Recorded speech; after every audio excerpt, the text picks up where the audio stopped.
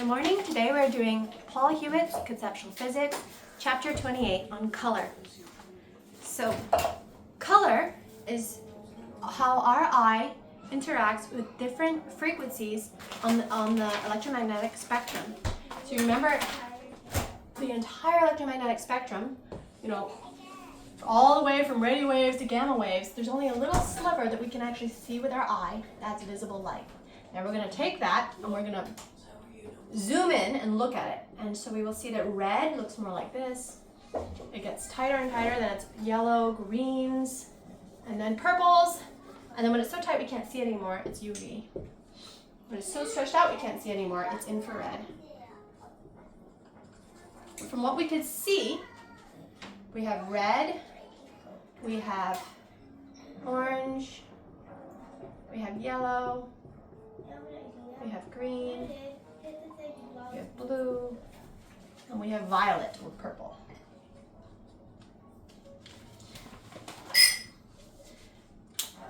So you say, well, where's brown? Brown is actually a combination of colors. If you're an artist and you've ever mixed up pigments, if you mix red and green and all these colors, you get brown. So brown is actually how our eye perceives a mixture of colors. Whereas black, well, if you mix all the colors, if you mix all the colors of light, you get white. If you mix all the colors of paint, you get black. That's because it has to do with additive color mixing and subtractive color mixing, which we'll get to. But when our eye sees all these colors of the visible light spectrum mixed together, we see white. That's what our eye just says, okay, it's white. That's when we're seeing all the colors mixed together. Or even enough colors mixed together. Our eye will interpret that as white. And what's black? Black is no color. Black is when the light doesn't come back to us. That is how our eyes interpret. Basically, how our eyes interpret the light not coming back is where we see black. That's absorption. Black absorbs all the colors. White sends back all the colors. And what this green lid is doing here is it's actually absorbing red, blue, because I'm in white light right now. I'm in sunlight, lamp light. So right now this green marker lid is absorbing the white part of the marker is reflecting back at me all those light, all those different frequencies of light. Red, orange, yellow, green, blue, purple. The white part of the marker is reflecting all back at me. The green part of the marker is actually sucking in or absorbing the red, the orange, the yellow, the blue, the purple, but it is not absorbing the green. So it's interesting that when we talk about something being a specific color, that's the one color that it's not absorbing, the one color that it rejects. That is the color that it is. So when you look at a red flower, that red flower is absorbing the orange, the yellow, the green, the blue, the purple, but it is not absorbing red, and that's why it looks red. That's the one color it rejects, the one color it is sending back. Hey guys, quiet down. Shh. Guys, shh. Whisper, guys. So remember, things that have rougher surfaces look darker because the light is landing and kind of bouncing around and getting absorbed more. That's why things look darker when they're wet, is that the water is helping absorb the light. And so, like if you've ever gone swimming or whatever and you get wet, your hair looks darker. I have like black hair when I swim. It looks kind of cool. Or my little blonde children, when they go into the water, their hair looks brown because the water is helping absorb that light, and that's why things look darker when they're wet.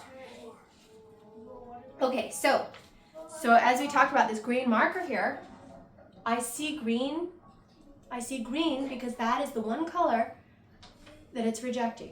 That's the frequency that it's rejecting. It's spitting back at my eye. And so I see that color.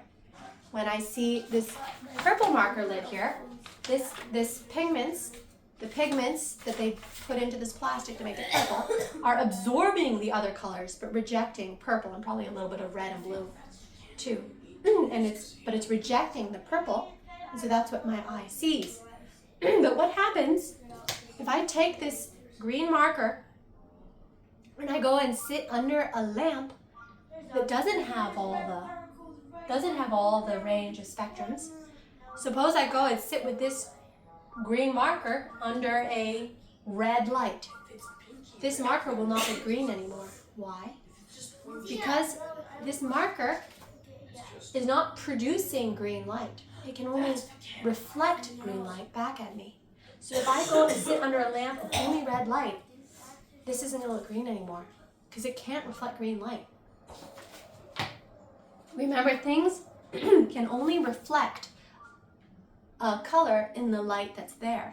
That's why you look, if you are wearing a green shirt, oh, there's a cat. If you're wearing a green shirt and you are sitting under a red light, it's not going to look green. That's why if you are wearing a yellow shirt and you're sitting under a purple light, your shirt's not going to look yellow anymore. Because that yellow shirt can only reflect back the yellow light that is present. So when we think of like daylight, white light has all those colors in it, and that's how it can reflect back that your objects can reflect back that color. So that's also why when you look at things like candlelight, they look kind of warm and yellow. Because candlelight is actually missing blue frequencies. Candlelight doesn't even really have those blue and purple frequencies. So even if you're wearing like a bright blue shirt, if you're in candlelight, it's not going to look bright blue because there isn't any bright blue frequencies for your shirt to be able to bounce back at your eye. This is also why incandescent light, or a lot of people have all switched over to LEDs now, but back when I was growing up, you had your choice between incandescent light and fluorescent light. And everyone knew things look different under fluorescent light or incandescent light. And that's because, so here I'm going to draw,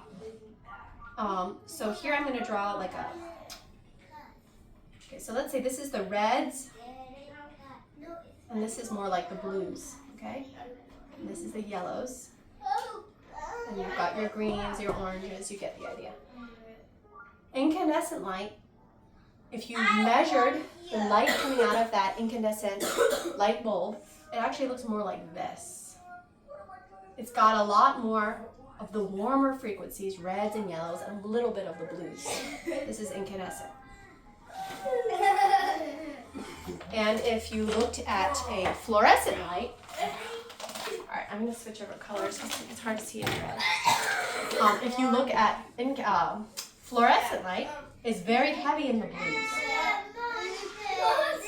So with fluorescent light, when you've got your reds and your yellows and your blues,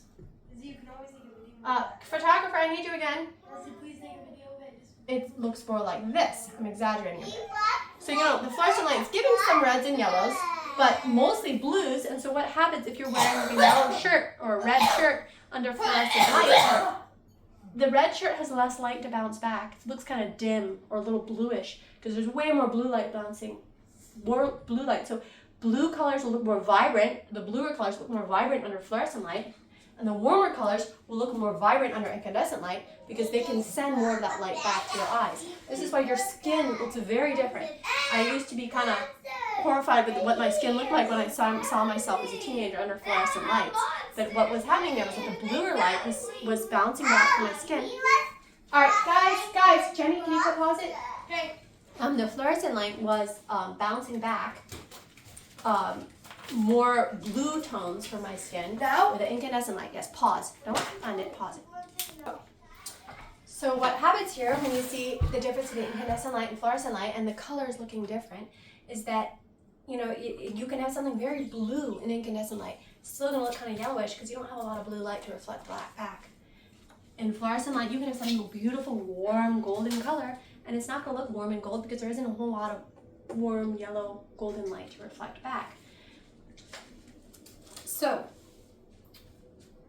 if this is actually pretty cool, and actually if we're going to talk about LED light is very weird. And the LED light actually isn't giving a continuous spectrum. It's kind of like spiking on certain lights, depending on the diode. And different LEDs, like the older LEDs, you could really see this, where it would just like there's certain colors that would barely even show up because like they're a mist, they're in between. Your eye would see that as white light because look, we've got little spikes. Red, blue over here, yellow. I thought they had blue spikes and not yellow spikes. Yes, you're right. I misdrew that. The early LEDs had and I think the early LEDs, I think the Christmas lights and the newer LEDs, they're getting ones that look warmer. I think they had their spikes in different places. But the older LEDs look kind of very bluish. And so one thing that you could see this in is in Christmas lights. So before we talk about Christmas lights, let's talk a little bit about how colored glass works. So how colored glass works is they take a transparent material like glass or plastic. I think Christmas lights are usually sort of, I don't even know, is that glass or plastic? Anyways, and they mix a pigment into it. So now you've got your layer of glass, and then now you've got your pigment, makes it colored glass, and your pigment interacts with certain frequencies of light. So now you've got, this is a regular Christmas light, not a LED Christmas light. So you've got your light source, your white hot little filament here, and it's broadcasting off the entire spectrum, or broadcasting off, say, all the incandescent spectrum, right? Because incandescent light is from like that tungsten, that overheated piece of tungsten in your lamp filament, your light bulb filament. So we've got our Christmas light bulb here. Okay? And what's happening here is all these frequencies are leaving. But when you've got what color you decide to put in your glass, that is the one light that it doesn't absorb, the one light it lets through. So say this pigment, we want this to be a green pigment. So we put green pigment, and what this pigment is actually doing is absorbing or stopping all the other lights. So the red light gets absorbed, doesn't make it through. I wish I had yellow, I don't have a yellow marker here, but the yellow light gets absorbed, doesn't make it through. The purple light gets absorbed, doesn't make it through. So I'm just going to do this guy for the others. So let's pretend that's orange, that's yellow, this blue, doesn't make it through. But the one guy that makes it through, that the pigment doesn't absorb, is green. And so now, you've basically filtered out all your other lights except for green. So if you go and look at incandescent Christmas lights, and this is something I noticed for years and years, and I would wonder why, and now I know why.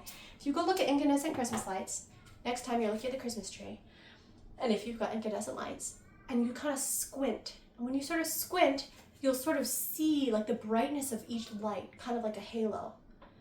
And as you look at it, you'll see that the brightest lights on your Christmas tree are the reds, or not even red, but like more like the yellows, the oranges and the yellows are very bright. And in fact, the blue light on that, the blue lights on your incandescent Christmas tree are very dim. This would always kind of bother me when I was young. It's not as bad as I would look at that, we're getting there, I'd look at those Christmas lights and I'd sometimes think, oh, they didn't put blue on it. They just put red, orange, yellow, green, and pink. And then I'll look at it when it's unplugged and I'll go, wait, there's blue light. There are blue lights here. I see it. Every sixth light is a blue light. But you plug into the tree and go, oh yeah, I do see the blue light. But they were dim. They were so dim. And I was confused by this when I was young, because I was like, you've got the same white hot filament behind the blue glass as you do behind the yellow glass and the red glass. So why is the one from the blue glass so dim? And the answer is, when you jam the spectrum through that colored glass, you are basically absorbing, so for the blue light, you're absorbing everything except the blue frequencies, right? So what that glass is doing is absorbing all of this guy and only letting the blue light out. But you'll see the difference between that and, say, the yellow light. Where the yellow light is absorbing the yellow pigment on the glass is absorbing all the others and only letting the yellow light out. And you will see that drastic difference when you're dealing with an incandescent light and you have that colored glass between letting just the blue light out or just the yellow light out or just the red light out. There's so much more reds and yellows to let out. So the blue, I should try this next time we have a Christmas tree up. Go and touch, remember all that other stuff that's getting absorbed is basically being turned into heat. So go ahead and touch those lights, and I'm guessing your blue Christmas light should feel a lot hotter. The blue glass should be a lot hotter than the yellow or the reds, because it's having to absorb all of this. The black doesn't match your original red graft. Excuse me. Okay. Mommy. Now, this is why LED Christmas lights, the yellow is so pathetic. I think they're using the cheaper. Sure. The colored LED Christmas But lights. the blue doesn't look good. It is very bright though. I don't like it. Okay, you might not like it, but it is very blue. It is very bright. I know. The cheaper LED Christmas lights, I think, struggle with yellow. They're coming out with new ones that the yellows are looking better, but the multicolored ones, they're still using that a filament behind glass thing. And so what you see here with it, or they actually might have just pure blue LEDs because they've got these little light emitting diode. That's what LED is. So with your LED, nobody does fluorescent Christmas lights as far as I know. But what you see when you've got your LED Christmas lights is they usually have very, very poor in the yellows. And so when I first saw LED Christmas lights, I was like, oh, those are pretty, the greens and the blues and the reds. Why didn't they put yellow on that string? And it literally wasn't until I was taking the string down that I look at it and I go, oh, every 6th bulb here is yellow. But the yellow of LED Christmas lights is even more pathetic than the blue on the incandescent Christmas lights. It is like almost non-existent. It's like they're trying to force it to do something it can't do. So they've got their LED lights shining and they've got their yellow glass, and like, I don't even know why they bother. Like, you basically can't even see it. I'm sure in the future they're gonna make much better LED Christmas lights, because even now they're now coming out with white LED Christmas lights that actually have some warmth to them. So I'm sure next generation of LED Christmas lights will probably do better. But right now, LED Christmas lights, you know, they jam through the blue glass, you've got bright, bright blue light. And then that LED yellow, and it's pathetic. You almost wish they just skipped it and didn't put it on. But I'm sure LEDs will get better. Okay, next, let's see. So we've covered Christmas lights. Next, eat a So fish. color subtraction and color addition. So you've probably heard this in kindergarten, but you have the primary colors are red, yellow, and blue. And if you have these 3 colors, In white, is it different? and if you have these 3 colors, you can make anything, right? They say what? If you mix red and yellow, you get orange. If you mix yellow and blue, you get green. And if you mix red and blue, you get purple. If you mix them all, you get this brownish black, and you get the idea. But You can't get white with that. this White is not the actually, primary color in this. when we talk about mixing light, it's the opposite. So with light, you get really weird, when you've got, okay, so for an example of mixing dyes, if you look at a color printer, it has magenta, cyan, and yellow. Those are the 3 colors. And I used to always wonder, why don't they have red, yellow, and blue? But it actually works better with magenta, cyan, and yellow. And with those 3 inks, and black ink, they usually got some black ink. With those 3 inks, they can pretty much make any color. You know, and just adjusting it just right. I used to look at that magenta. To me, magenta looks like a pathetic excuse for red. But they mix it with yellow and you can get a vibrant red. You can print out a beautiful red. So you've got, that's color subtraction. With color addition, with colored light, you will actually get red light and green light and mix them and you get white. So You get white? you I get thought you white yellow. because remember, what is white light? White light Okay, but I is had all the I colors. had a red flashlight and I had the green one and I got yellow. Red, green, right? It depends on the shade of green. With yellow, basically, the more, unless I mix that up with color. You know, I've been painting since I was 6, but I haven't been mixing colored lights my whole life. They've got these cool diagrams, but remember, at first you're like, wait, why are we saying that mixing red and blue and green will give us white? Like, why? You're right, sweetie, mixing red and green light will give you yellow. Why is mixing red, green, and blue light give you white? And you might say, why is it getting lighter? Well, remember, what is white? White light, remember, is our eye interpreting all those different frequencies. So when you mix, remember, white light is us seeing red, orange, yellow, green, blue, purple. Remember? That's our eye sees this as white. And so when you take enough, sections of this, of colored light, mix them together, your eye will interpret that as white. Because remember, white is all the colors. So that's why they call it color addition, because you add and add and add until you end up with white.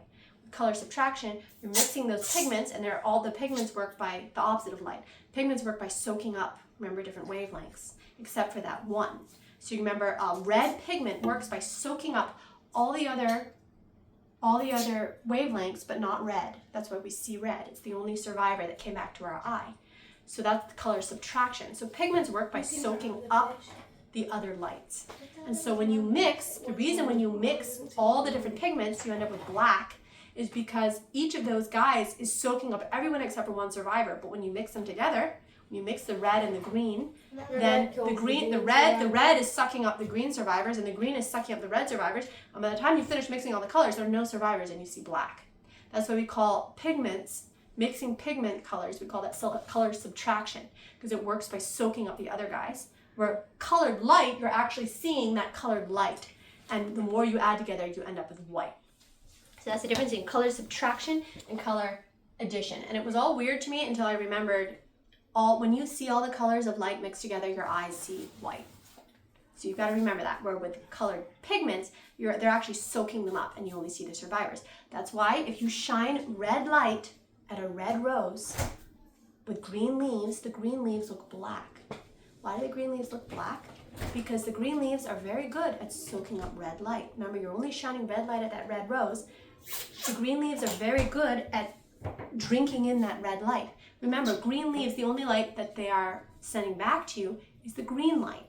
But since you're shining a red flashlight at your red rose, so I'm going to draw your rose. Okay, this is not.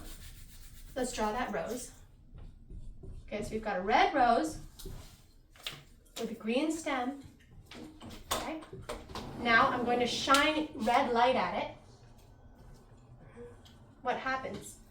The red light that goes into the stem will get soaked up and turn into heat. So I don't see it coming back. But the red light that comes it gets rejected. Remember? Red pigment in those petals mean that it rejects red. So when the light goes in, what comes back to your eyeball? What comes back when you're looking? What comes back to you is the red light. What comes back to your eyeball, if you've shown your red flashlight on it. So here's my red flashlight. So I've got this big red flashlight that I'm shining at it, with the red light. What comes back to my eye, so that's like a flower pot, is the red light from the petals that got rejected, but almost no light comes back to me from the leaves and the stem because that just soaked in the red light, no problem. And so that's why when you shine under a red light, when you shine at a rose, you see black where the petals are, but you can see the rose pretty well. And in the same, not petals, where the stem is, where the leaves are. So the leaves will get hot because they're absorbing that red light and turning it into heat, but the petals will not get as hot because they're rejecting it. The pigment there is just rejecting red. Remember, pigment works by soaking in everything else and rejecting that one color that you still see. Green pigment is really good at absorbing yellow and red and purple, but it rejects the green. That's why I see it. Purple pigment is really good at soaking in the yellows and the greens and the blues, but it rejects purple. That's why I see it. So you remember pigment, like paints and stuff, work by color subtraction, by soaking in everyone except for sending back the survivor. And color addition, the colored light, is actually showing you those different wavelengths.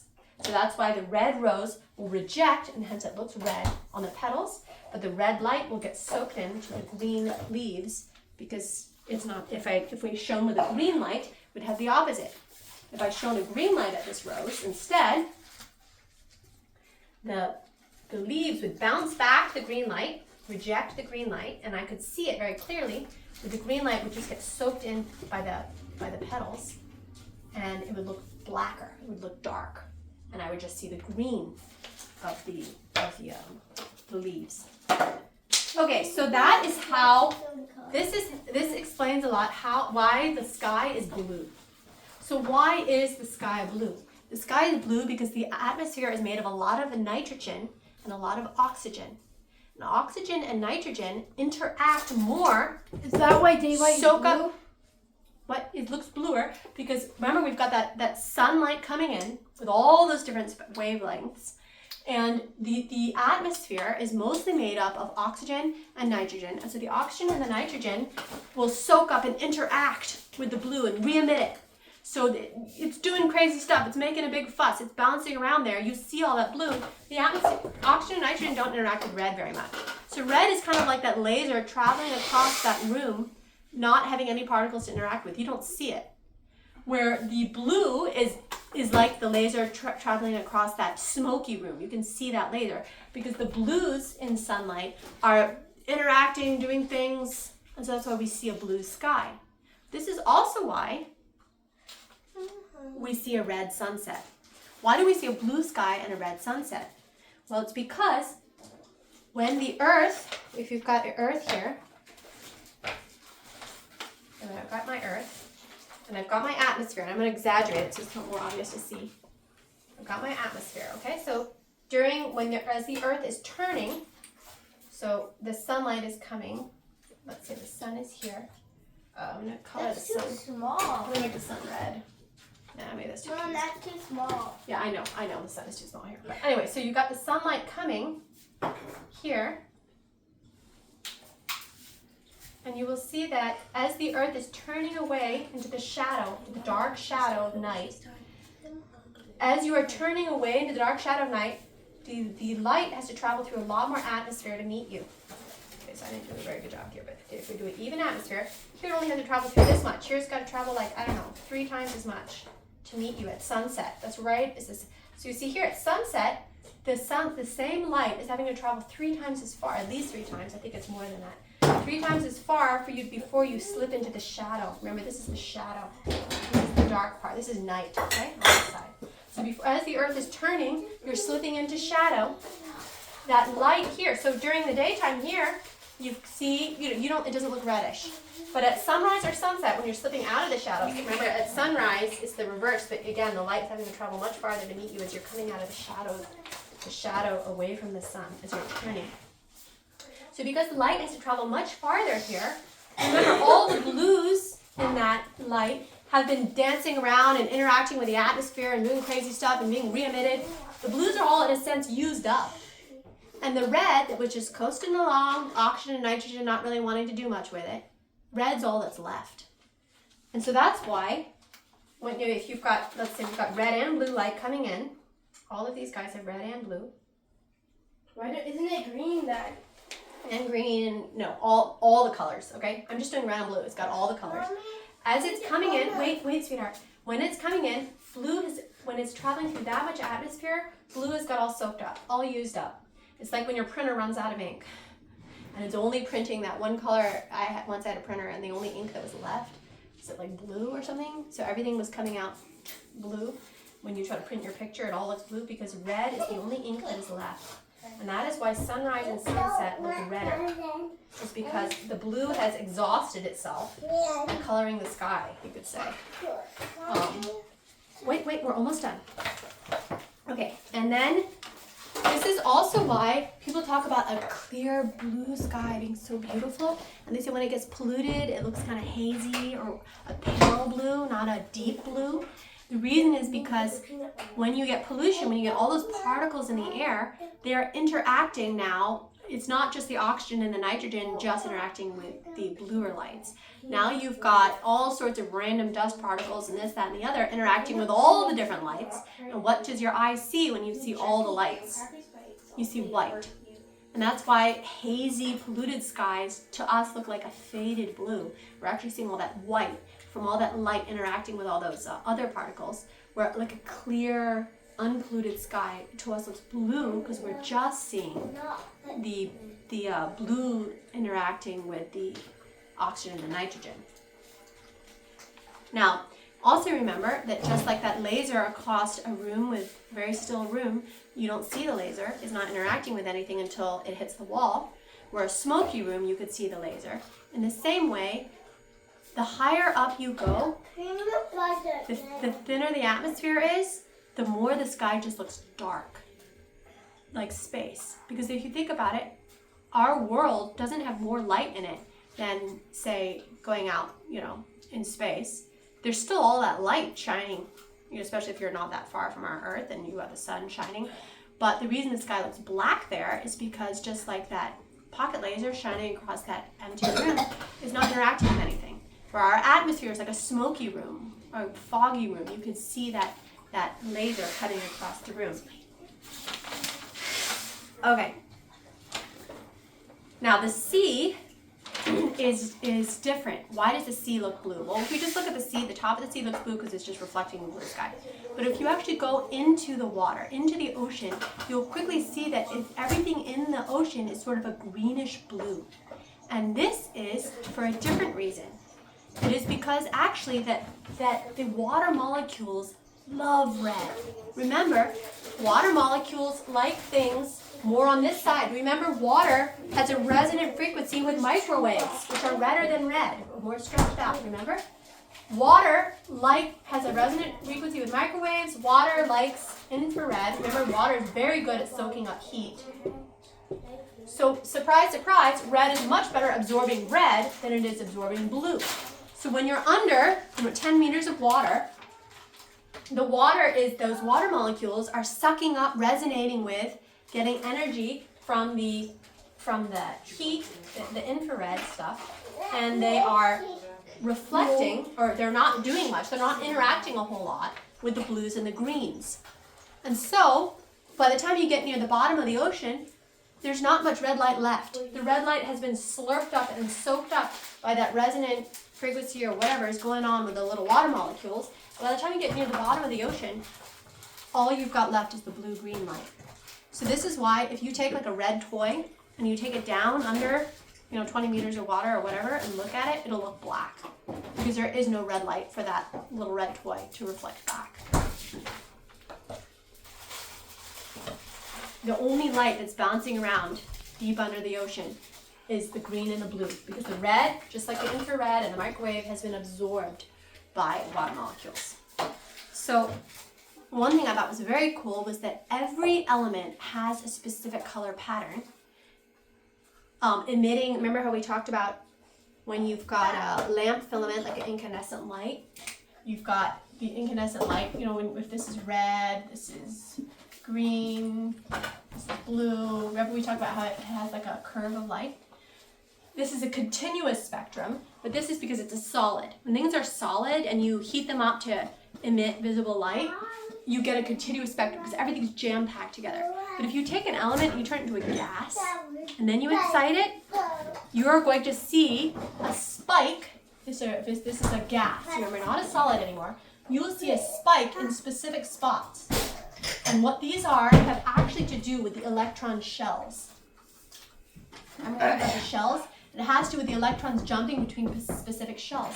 So every element in gas form has a particular color, a particular spike at specific spots. I think sodium has only one spike somewhere, and other elements will have like a spike here and a spike there, and it blends together. So you could say every element has its own color, its own unique color. You can make charts of it, yeah. And although some of those, remember, they've got like, two different electron shells that are jumping, whatever, so they have two spikes.